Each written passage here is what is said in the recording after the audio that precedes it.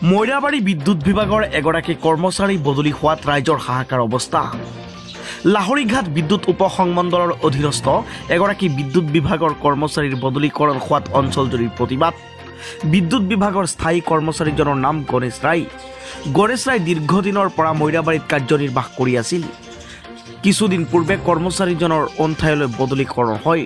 ৰাইজৰ অভিযোগ, গণেশ ৰায়ে নিজৰ কৰ্মনিষ্ঠাৰে কৰিছিল আৰু গণেশৰ বদলি হোৱাৰ পিছৰে পৰা অঞ্চলটোৰ ৰাইজে বিদ্যুতৰ নানান সমস্যাৰ সময়মতে সমাধান নাপায়, যাৰ ফলত নিয়মীয়া বিদ্যুৎ যোগান নাপাই ৰাইজে হাহাকাৰ কৰিব লগা হয়। আজি বিদ্যুৎ বিভাগৰ কৰ্মচাৰী গণেশক পুনৰ মইৰাবাৰীত বদলি বিচাৰি বিভাগীয় কৰ্তৃপক্ষৰ ওচৰত দাবী জনাই এক প্ৰতিবাদী কাৰ্যসূচী গ্ৰহণ কৰে মইৰাবাৰী অঞ্চলৰ ৰাইজে।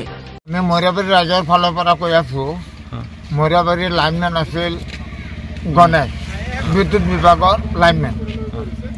এই ল'ৰাটো আমাৰ মইৰাবাৰীৰ কাৰণে খুব ভাল উপকাৰ কৰিছিল, উপকাৰ পাইছোঁ। যিকোনো সময়ত ৰাতি দিনে যিকোনো সময়ত পাইছোঁ।